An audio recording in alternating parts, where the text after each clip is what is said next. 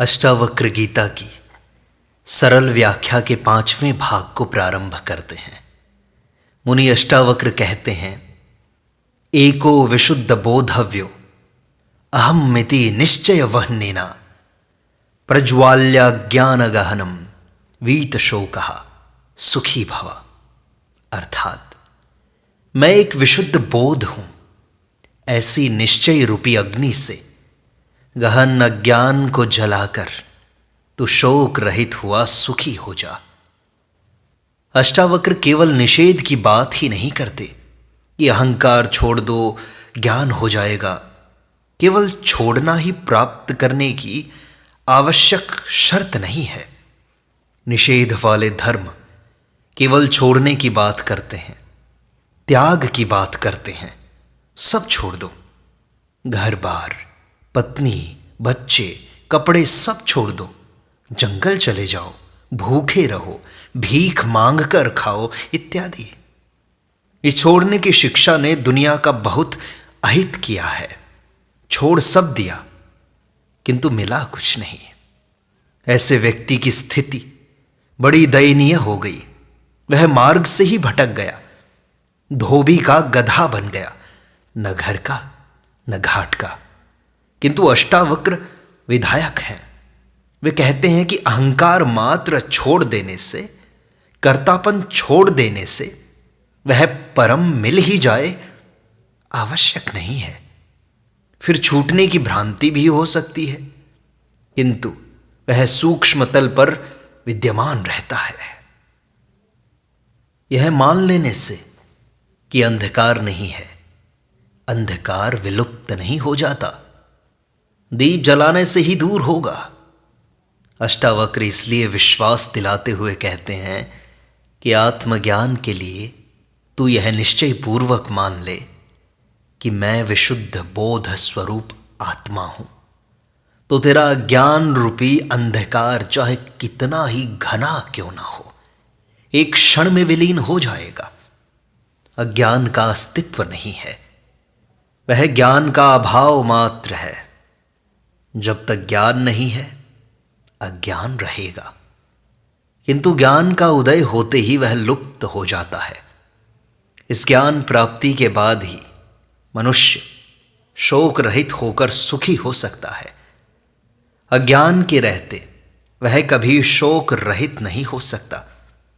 अज्ञान के कारण मनुष्य की अनेकों अपेक्षाएं होती हैं।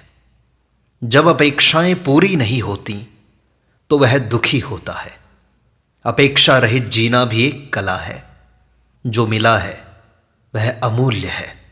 इसी में संतोष करके जीना, कृतज्ञ भाव से जीना ही परम सुख है। जितनी अपेक्षाएं बढ़ती हैं, दुख उससे कई गुना बढ़ जाता है। जीवन में ऐसा कभी किसी के साथ नहीं हुआ कि उसकी संपूर्ण अपेक्षाएं पूरी हो गई हों। यह जानते हुए भी मनुष्य अपेक्षाएं किए जा रहा है, वह दुखी होता है। इसका कारण वह स्वयं ही है, कोई दूसरा नहीं है। यह अज्ञान ही है जो विशुद्ध बोध से ही नष्ट हो सकता है। समझ ही पर्याप्त है।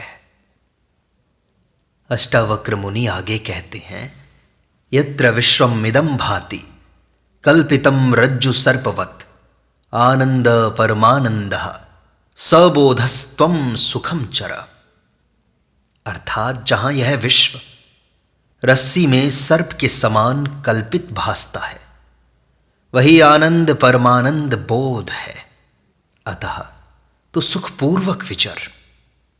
अष्टावक्र जी इस सूत्र में आत्मा एवं सृष्टि का संबंध बताते हुए कहते हैं कि आत्मा अरूप है, निराकार है। उसी निराकार का साकार रूप यह सृष्टि है। आकार बनते हैं व बिगड़ते हैं, किंतु मूल तत्व वही रहता है। स्वर्ण से विभिन्न आभूषण बनते हैं, वह उन्हें गलाकर पुनः विभिन्न आभूषण बनाए जाते हैं, किंतु मूल तत्व स्वर्ण ही रहता है। जो बनते बिगड़ते हैं वे अनित्य हैं, शाश्वत नहीं। शाश्वत वही चैतन्य आत्म तत्व है। अध्यात्म में इसी अनित्य को भ्रम कहा है। यह आज दिखाई देता है, कल नहीं रहेगा। इसलिए इसका सहारा लेना ही भ्रांति है, मूर्खता पूर्ण है। फिर अष्टावक्र कहते हैं कि सृष्टि रस्सी में जिस प्रकार कल्पित सर्प भासता है, वैसे ही यह सर्प के समान दिखाई देता है, किंतु है यह रस्सी जैसी। केवल तुम्हारी मनोदृष्टि से ही यह सर्प के समान दिखाई दे रही है। जैसी है उसका ज्ञान तुम्हें नहीं है। मनुष्य के मन में जैसे भाव होते हैं, यह संसार उसे वैसा ही दिखाई देता है, किंतु संसार उससे भिन्न होता है। मन में भूत का भय रहने पर जंगल में क्या घर में ही भूत दिखाई देगा? स्वप्न में भी भूत आकर छाती पर बैठ जाएगा। किसी को चांदनी प्यारी लगती है तो विरही को वह आग जैसी ज्ञात होती है। सुखी आदमी को अपना घर अच्छा लगता है तो दुखी को वही घर खाने को दौड़ता है। किसी को रस्सी सांप दिखाई देती है तो तुलसीदास जी को सांप भी रस्सी दिखाई दिया। किसी के लिए यह संसार फूलों की बगिया है तो किसी के लिए यह कांटों का वन है, जिसमें उलझ उलझ कर लोग मर रहे हैं। कुछ कहते हैं ईश्वर ने सृष्टि बनाई, यह बहुत सुंदर है।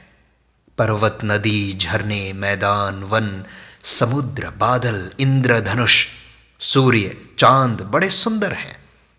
तो कुछ को इसमें दुख ही दुख दिखाई दिया। यह सब मनुष्य की दृष्टि है, उसके देखने का ढंग है। उसकी जैसी मानसिक स्थिति होती है, वैसी ही सृष्टि दिखाई देती है। यह दोष सृष्टि का नहीं, देखने वाले की दृष्टि का है। इसी प्रकार ज्ञानी व अज्ञानी की भी अपनी अपनी दृष्टि है।